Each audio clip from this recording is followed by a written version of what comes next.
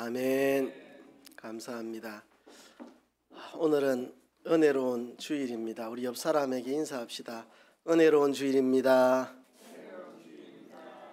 예, 주일은 예수님이 십자가에서 뇌제 씻으시고 다시 살아나신 날입니다. 우리 옆 사람에게 또 인사합시다. 예수님이 십자가에서 뇌제 씻으시고 다시 살아나셨습니다. 그렇게 인사합시다.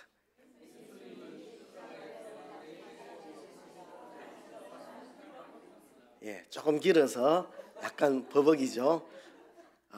다음 주에도 계속 할 테니까 다음 주, 그 다음 주는 잘 하시리라 생각합니다. 자, 이렇게 웃는 날이 주일입니다. 예수님이 십자가에서 내 죄 다 씻어주시고 부활하셔서 영원한 생명 주셔서 기쁘고 즐겁습니다. 감사합니다. 행복합니다. 이 날이 주일이니까요. 자, 이 표정을 그대로 오늘 온종일 이어가시기를 바랍니다. 제가 인터넷에서 예전에 이런 글을 읽었습니다. 천문학자들이 자살을 많이 한다는 글을 읽은 적이 있습니다. 이유가 뭐냐? 우주는 너무 크고 장구한데 그 앞에 내 자신이 너무 작게 느껴져서 천문학을 연구하는 사람이 자살이 많다, 이런 글을 읽었는데 이게 객관적인 사실인지 제가 그거는 모르겠습니다. 이거 낭설이다, 그런 이야기도 인터넷에 떠돌고 있어서 사실관계는 잘 모르겠습니다.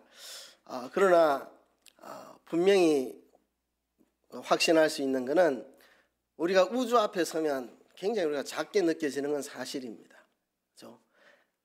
지구가 엄청나게 큰데 그 지구보다 우리 태양계가 훨씬 더 크고 그 태양계하고 비교할 수 없을 만큼 큰 은하계가 있고 그 은하계가 수없이 모이면 우주가 된다고 이런 이야기 들으면 야, 내가 이렇게 작은 존재인가, 그런 느낌을 가지게 됩니다. 제가 중학생 때 따라 부르고 했던 팝송 가사가 있는데요. 그 팝송이 이렇게 시작합니다. Life is a moment in space. 인생은 우주의 한 순간일 뿐입니다. When the dream is gone. 그 꿈마저 사라진다면 It's a lonelier place. 그것은 더없이 외로운 곳입니다. 제가 중학생 때 이런 정서로 살았습니다. 야, 이 광대한 우주에 찰나같이 지나가는 내 인생 무슨 의미가 있는가? 내가 산다는 게 도대체 무슨 의미가 있나? 내가 한평생 살다가 노인이 되어 죽는 거나 지금 그냥 자살해 버리는 거나 무슨 차이가 있는가? 인생에 도대체 무슨 의미가 있는가? 광대한 우주 앞에 한없이 작은 나 자신을 발견하고 인생이 무엇일까를 고민했던 시절이 청소년 시절이었습니다. 바로 그때 이 광대한 우주를 창조하신, 여세만의 이 광대한 우주를 창조하신 하나님을 만나게 되었고 그 크신 하나님이 나를 사랑하셔서 십자가의 피로 내 죄를 씻어주셨다는 이 사실을 깨닫고 나서 제 인생이 달라졌고, 만일 그때 그 하나님을 만나지 못했다면 제 인생이 여기까지 오지 못했을 수도 있겠다, 그런 생각을 합니다. 참으로 우리는 보잘것없는 자이지만 그러나 하나님의 사랑이 있기에 우리는 대단한 존재가 된 사람들입니다. 성경은 우리를 질그릇에 비유합니다. 시편 기자도 우리 인생을 질그릇으로 비유를 했습니다. 내 힘이 말라 질그릇 조각 같고, 시편 22편의 말씀입니다. 이사야 선지자도 그렇게 비유했습니다. 질그릇 조각 중 한 조각 같은 자라고 우리 인생을 표현했습니다. 질그릇도 아니고 깨진 질그릇의 한 조각과 같은 인생. 그래도 질그릇은 나름 가치가 있잖아요. 쓸모도 있고, 그죠? 근데 깨진 질그릇, 언제 질그릇이 깨집니까? 토기장이가 이거 잘못 만들어졌네 하면 탁 때려가지고 깨버립니다. 잘못 만들어져서 아무짝에 쓸모없는, 그래서 깨버린 그 질그릇의 깨진 한 조각과 같은 그것이 인생이라고 구약에서부터 이야기를 하고 있습니다.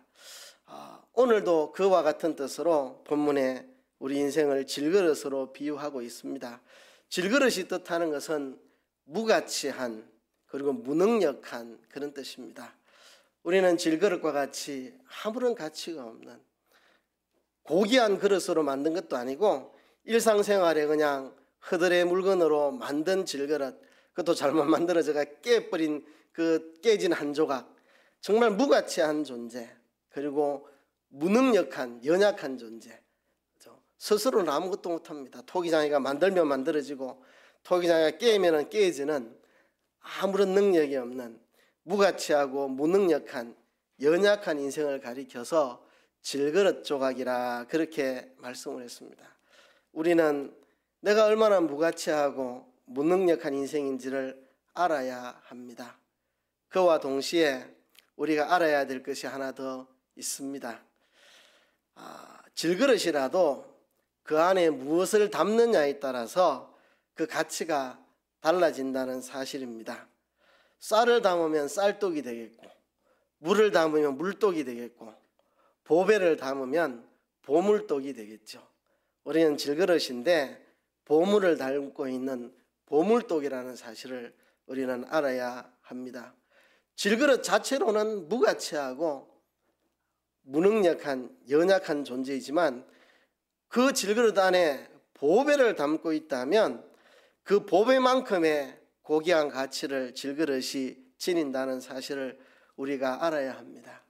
우리는 질그릇인데 우리 안에 보배를 담고 있는 보배를 담은 질그릇이라는 것을 우리는 알아야 합니다.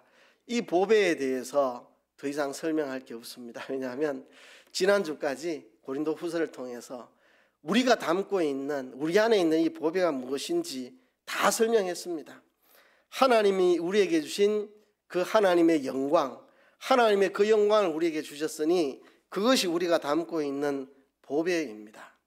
여러분 기억을 더듬어 보세요. 사도 바울은 고린도 후서를 시작하면서 한 단락 한 단락 이야기를 마칠 때마다 노래의 후렴처럼 하나님의 영광을 반복해서 말하고 있습니다. 매 단락이 마칠 때마다 영광이라는 후렴을 읊조리고 있습니다. 3장 첫 부분부터 시작해가지고 한 단락이 맞춰지면서 3장 8절에 하물며 영의 직분이 더욱 영광이 있지 아니하겠느냐. 이거는 새언약 시대의 일꾼들이 가지고 있는 영광을 이야기한 것입니다. 새언약 시대의 일꾼들은 옛언약 시대의 일꾼들과 비교할 수 없는 놀라운 영광을 가지고 있다는 거죠. 하나님이 우리에게 그 영광을 주셨다는 것입니다. 또 한 단락 이야기를 하고 마무리 지으면서 3장 18절에 이렇게 말합니다. 우리가 다 수건을 벗은 얼굴로 거울을 보는 것 같이 주의 영광을 보매 저와 같은 형상으로 화하여 영광으로 영광에 이르니. 새언약에 속한 사람들의 영광을 이야기했습니다. 새언약 시대에 살아가는 모든 그리스도인들은 수건을 벗고 그리스도 얼굴에 있는 하나님의 영광을 보게 되고 그 주님의 영광을 볼 뿐만 아니라 주님의 영광처럼 우리도 같은 형상으로 변화된다는 것입니다. 새언약 시대의 모든 그리스도인들은 수건을 벗은 얼굴로 그리스도의 영광을 보고 그리스도의 영광과 같은 그런 모습으로 우리도 변화된다. 그리고 또 이어서 4장 1절부터 6절까지 새로운 이야기를 하면서 또 마지막은 영광에 대한 이야기로 끝이 납니다. 어두운 데서 빛이 빛이라 하시던 그 하나님께서 예수 그리스도의 얼굴에 있는 하나님의 영광을 아는 빛을 우리 마음에 비치셨느니라. 이거는 복음을 전하는 자들의 영광을 이야기하는 것입니다.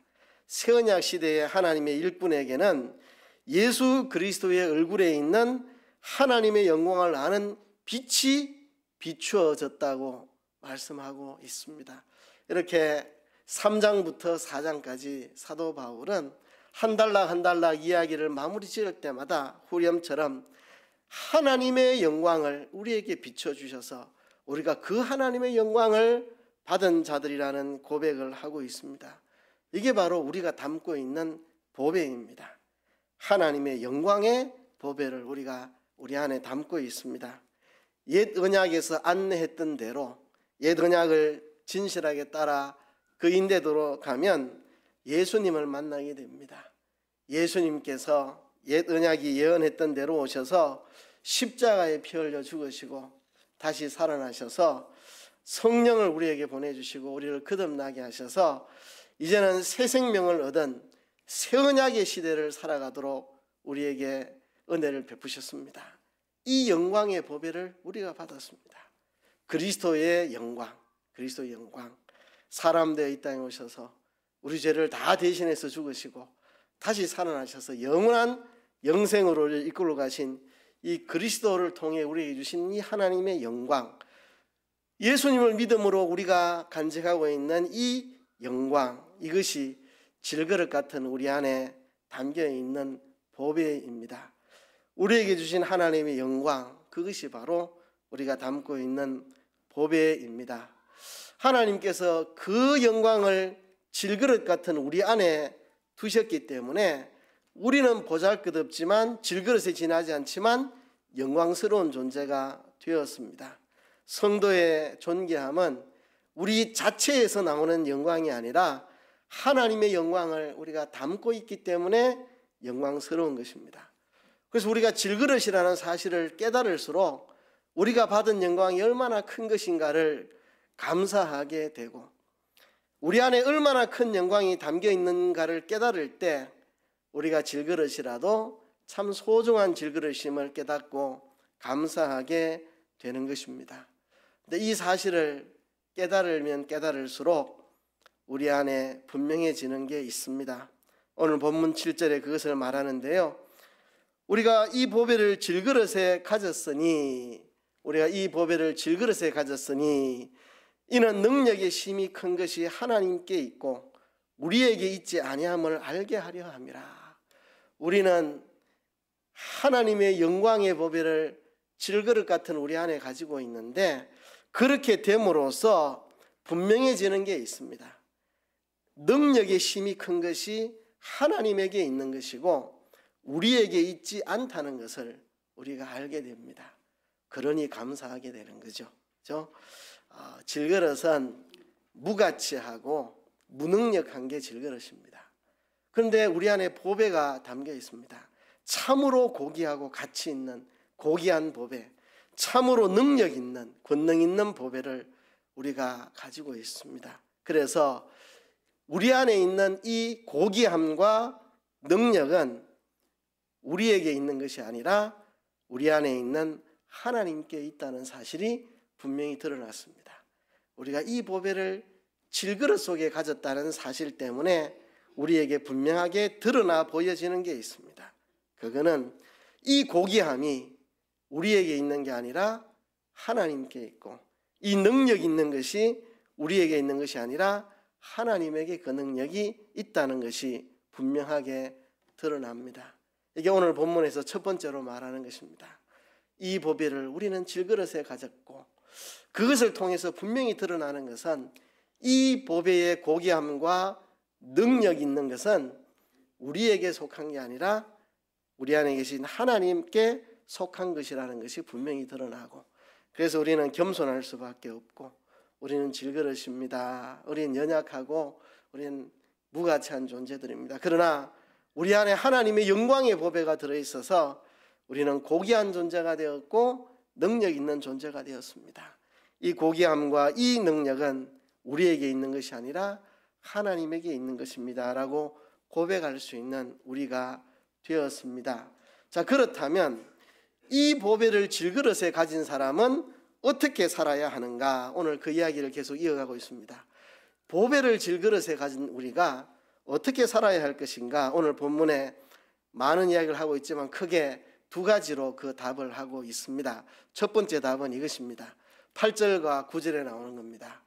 무엇 하여도 무엇 하지 아니하며 라는 표현이 4번 반복이 됩니다. 질그릇의 보배를 가진 자들은 무엇하여도 무엇하지 않는 이 4가지의 삶을 살아간다는 거죠. 그 구체적인 내용은 이런 것입니다.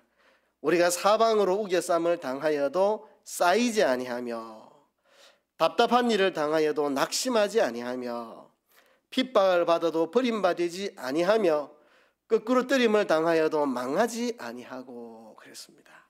이런 능력이 우리에게 있는 게 아니고 우리 하나님에게 있습니다. 우리에게는 이런 힘이 없습니다. 우린 질그릇이기 때문에 사방으로 우겨쌈을 당하면 쌓여버립니다. 우리는 답답한 일을 만나면 낙심하게 됩니다. 핍박을 받으면 버림받습니다. 거꾸로 뜨림을 당하면 망하게 됩니다. 그런데 우리가 그렇게 되지 않습니다. 그런데도 우리는 사방으로 우겨 싸도 쌓이지 않고, 답답한 일을 당해도 낙심하지 않고, 핍박을 받아도 버림받지 않고, 거꾸로 뜨림을 당하여도 망하지 않습니다. 왜? 이 지극히 큰 능력이 우리에게서 나오는 게 아니고 하나님에게서 이 능력이 나오기 때문에 우리가 질그릇이면 분명히 사방으로 우겨 쌓으면 쌓여야 되죠. 근데 우리가 사방으로 우겨 쌓여도 왜 안 쌓이느냐? 질그릇 같은 우리 안에 이 하나님의 영광의 보배를 담고 있기 때문에, 이 고귀함이 우리에게는 있지 않지만 우리가 담고 있는 보배에 이 고귀함이 있고, 이 능력이 우리에게 있지 않지만 우리가 담고 있는 이 보배에게 이 능력이 있어서 우리가 무엇하여도 무엇하지 않는 이 네 가지의 삶을 살아갈 수 있는 능력이 우리 안에 있다는 거죠. 그렇죠? 질그릇인 우리로서는 이 능력이 없지만 우리 안에 있는 이 보배의 고귀함과 능력으로 우리 이 네 가지의 모습으로 살아간다는 것입니다. 그 첫 번째 이야기가 사방으로 우겨쌈을 당하여도 쌓이지 않는다는 말씀입니다. 범사에 우리를 억눌러도 우리는 쪼여들지 않는다는 이야기입니다. 사방으로 나를 쪼여와도 나는 쪼여들지 않는다. 그리스도인은 하나님의 영광을 지닌 이상 어느 일 하나도 풀리지 않고 막히고, 사방으로 다 막히고, 이것도 안 풀리고 저것도 안 풀리고 다 막혀도 쪼그라들지 않고 담대하게 살아간다는 것입니다. 모든 것이 나를 대적하고 둘러싼다 할지라도 우리가 가지고 있는 이 보배가 변치 않기 때문에, 우리가 가지고 있는 성도의 존귀한 신분이 바뀌지 않기 때문에, 예수 믿고 죄사함 받고 의롭다함을 받고 하나님의 자녀된 우리의 신분이 변치 않기 때문에 우리는 사방으로 우겨 쌓여도 결코 쌓이지 않는, 사방에서 우리를 쪼여와도 우리는 쪼여지지 않는, 사방에서 우리를 쪼아도 우리는 두려워하지 않고 담대한, 이것이 이 보배를 질그릇에 가진 사람의 삶의 모습입니다. 두 번째는 이렇게 말했습니다. 답답한 일을 당하여도 낙심하지 아니하며 그랬습니다.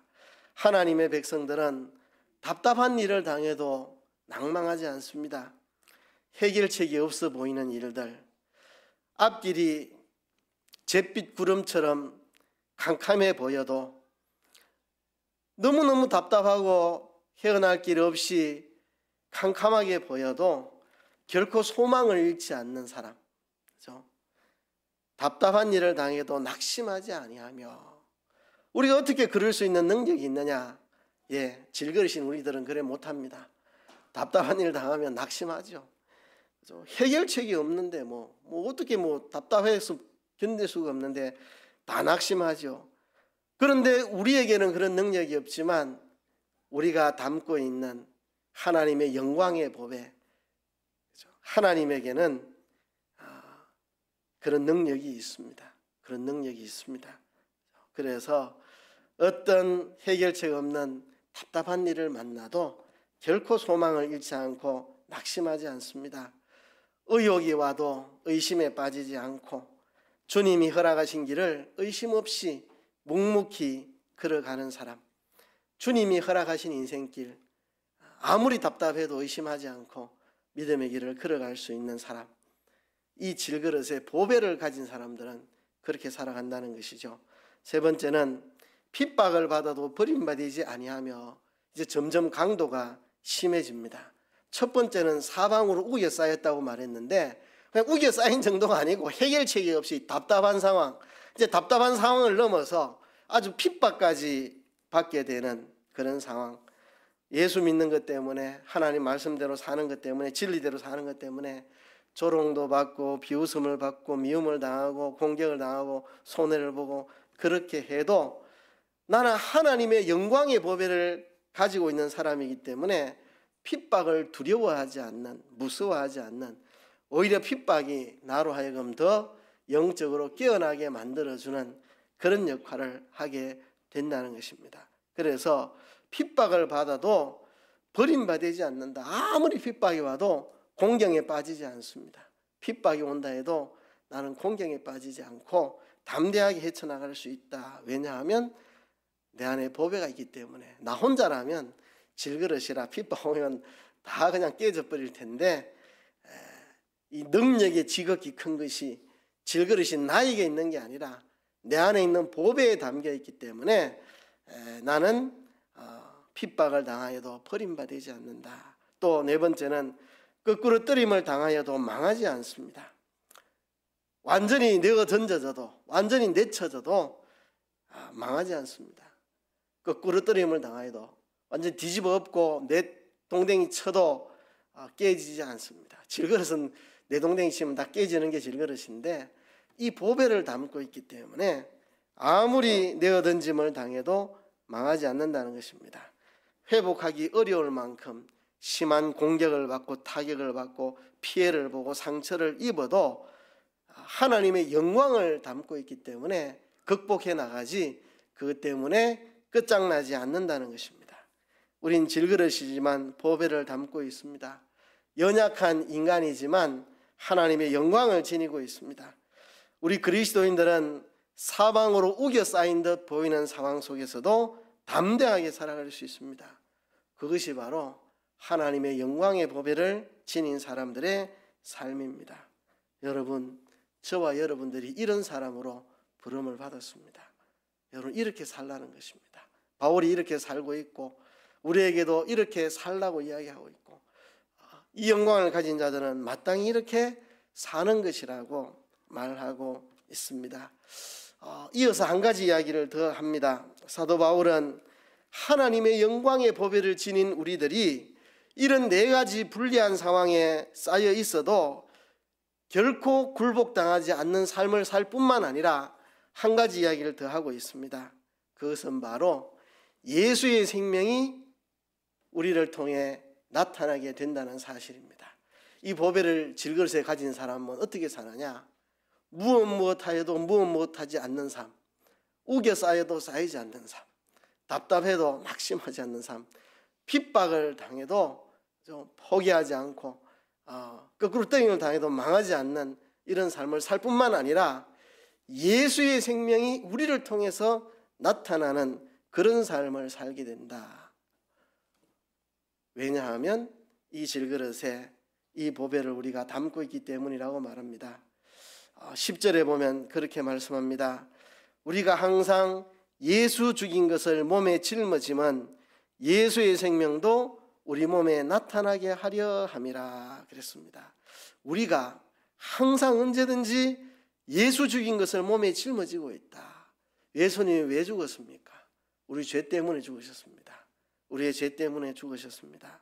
그래서 우리 때문에 예수님이 죽으셨기 때문에, 우리에게 영원한 생명 주시려고 예수님이 죽으셨기 때문에 예수님이 죽으신 것에 대해서 우리가 늘 그것을 몸에 짊어지고 사는 사람, 예수님이 나 위하여 죽으셨으니 나도 예수를 위해 죽겠다. 그렇죠? 예수 죽인 것을 몸에 짊어진다는 말은 나 위하여 예수님이 죽어주셨으니 나도 예수님을 위해서 죽겠노라고 하는 이런 삶. 그죠? 이게 구체적으로 어떤 삶이냐 하면 11절에 설명을 합니다. 우리 산자가 항상 예수를 위하여 죽음에 넘기움은 예수의 생명이 또한 우리 죽을 육체에 나타나게 하려 함이니 그랬습니다. 예수 죽인 것을 몸에 짊어진다는 말의 구체적인 설명이 우리 산자가, 우리가 살아있지만, 우리가 죽는 건 아니지만 살아있지만 항상 예수를 위하여 죽음에 넘겨온다. 예수님 때문에 죽음에 넘겨오는 것. 경제적인 손해를 보고, 육체의 손해를 보고, 명예의 손해를 보고, 직장의 손해를 보고, 인격의 손해를 보고, 여러 가지 가정의 손해를 보고, 개인적인 손해를 보고, 이런 것들, 그죠? 예수를 위하여 죽음에 넘겨오는 것. 그죠? 우리 산자가 항상 예수를 위하여, 내가 살아있지만 날마다 예수를 위하여 죽음에 넘기우는 것. 그죠? 그렇게 할 때 예수의 생명도 우리 몸에 나타나게 하려 함이라. 예수의 생명이 또한 우리 죽을 육체에 나타나게 하려 함이라. 예수님과 함께 죽는 삶을 살면 예수님의 생명이 우리 안에 나타난다는 이야기입니다. 이렇게 예수님의 생명이 우리 안에 나타납니다. 예수님의 생명은 누구를 통해 나타나느냐? 예수님이 나 위해 죽으셨다, 나도 예수님을 위해 죽는 삶을 살겠다 하고 예수님 때문에 손해보고 희생하고 쓰여지고 없어지고 빼앗기고 하는 삶을 살 때, 그때 예수의 생명이 우리 안에 나타납니다. 예수님의 생명이, 예수님 안에는 생명이 있었죠. 그죠? 창세전부터 성부 하나님과 성자 하나님 사이에 친밀한 교통이 있었고, 그 생명을 우리에게 주시려고 요한복음 1장에 보면 그 안에 생명이 있었고, 그 생명이 이 땅에 사람들에게 비추었고, 이 생명을 주시려고 그분이 사람 되어 이 땅에 오셨다고 말씀했죠.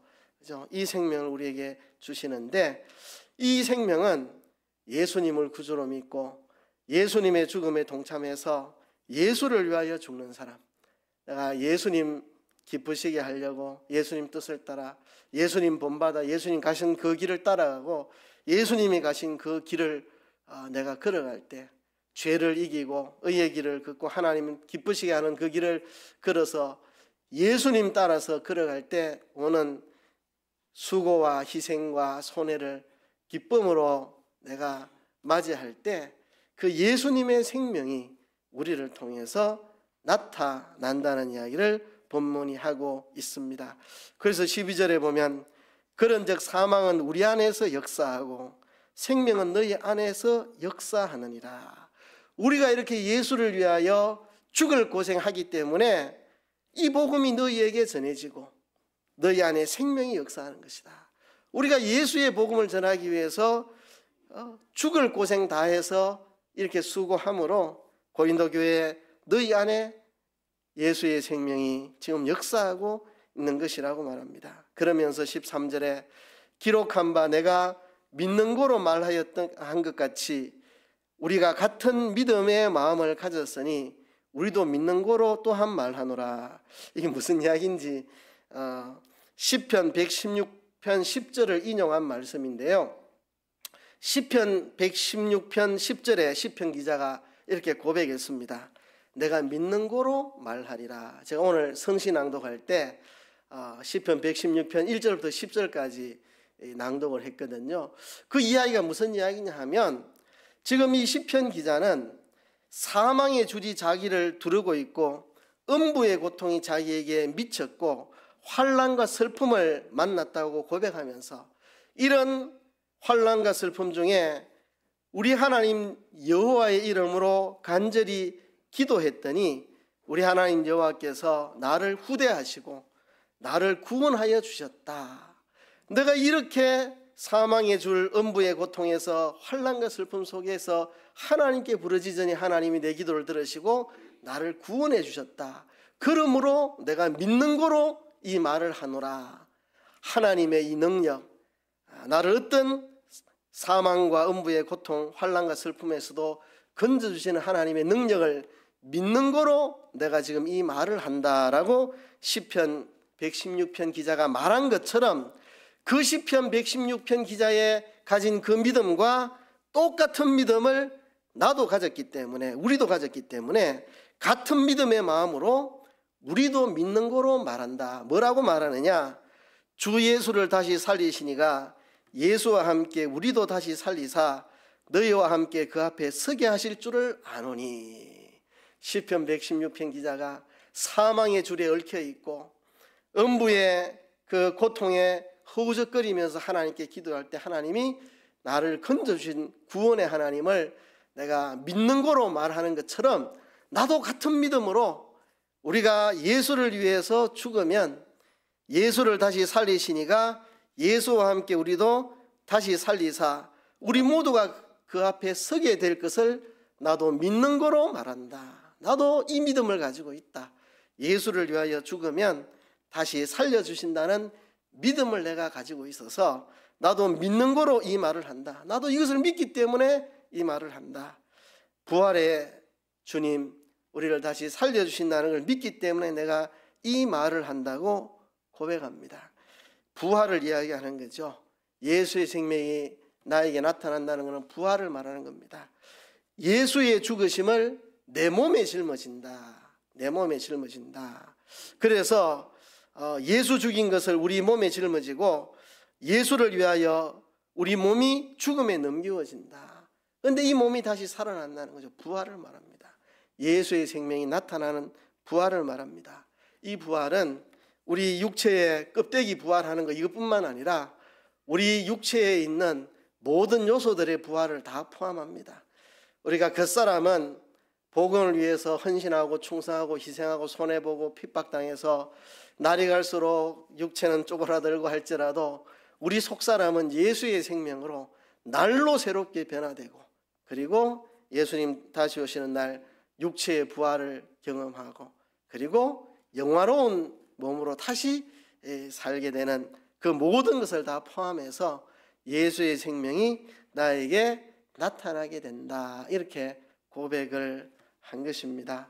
그래서 여러분, 이 보배를 우리는 질그릇에 가졌습니다.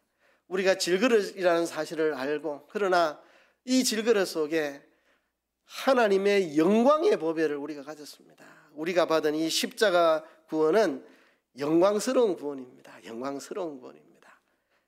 예수님이 내 대신 죽으셔서 죄를 다 씻어서 죄 없는 자 만들어주시고 우리는 불의한 자인데 예수님이 하나님 말씀에 100% 순종해서 의를 이루어 내게 입혀주시고 그리고 하나님의 자녀로 삼아주신 영광의 복음을 우리가 받았습니다. 이 영광의 복음을 보배로 우리가 가지고 있기 때문에 이런 사람은 어떻게 살아가는가? 첫째는 무엇하여도 무엇하지 않는 삶, 사방으로 우겨싸도 쪼여들지 않는 삶. 그렇죠? 답답한 일을 만나도 낙심하지 않는 삶, 핍박을 받아도 버림받지 않는 삶, 거꾸로 뜨림을 당하여도 망하지 않는 삶. 왜? 내 안에 보배가 있기 때문에. 나는 질그릇이라 던지면 깨지고 부서지는 존재이지만 내 안에 보화를 담고 있기 때문에 결코 무너지지 않는 삶. 이게 첫 번째고요. 두 번째는 예수의 생명이 내게 나타나는, 어떨 때 예수의 생명이 나타나느냐?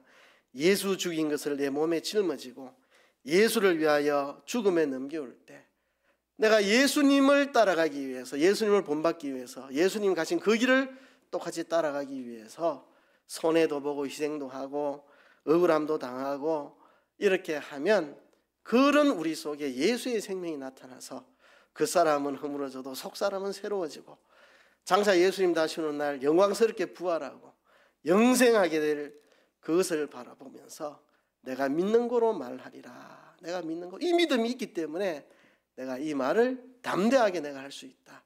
이 믿음이 내게 있기 때문에 담대하게 이 말을 한다고 고백을 했습니다. 그래서 여러분 오늘 본문을 통해 이것만 기억하시면 되겠습니다. 우리는 연약하지만 하나님의 영광을 지녔습니다. 하나님의 영광을 지닌 자답게 고귀하게 삽시다. 능력 있게 삽시다. 우리 하나님의 영광을 지닌 자답게 고귀하게 능력 있게 살아야 됩니다. 다 우겨싸도 죽는 소리 하지 말고 우리는 보배가 있기 때문에 거꾸로 떠임을 당해도 우리는 망하지 않는 정말 고귀하고 능력 있는 삶, 예수님의 십자가의 그 길을 우리도 본받아 따라감으로 예수님의 생명이 우리 안에 역사하는 이 고귀하고 능력 있는 삶을 우리가 살아가야 하겠습니다. 이 시간 우리 하나님 앞에 기도합시다. 하나님, 질그릇 같은 우리에게 영광의 복음의 보배를 주신 것 감사합니다. 이 보배를 지닌 자답게 우리가 우겨 쌓여도 쌓이지 않는 삶, 그리고 예수와 함께 죽고 다시 사는 영광스러운 삶을 살게 도와주시옵소서. 통성으로 기도하겠습니다. 하나님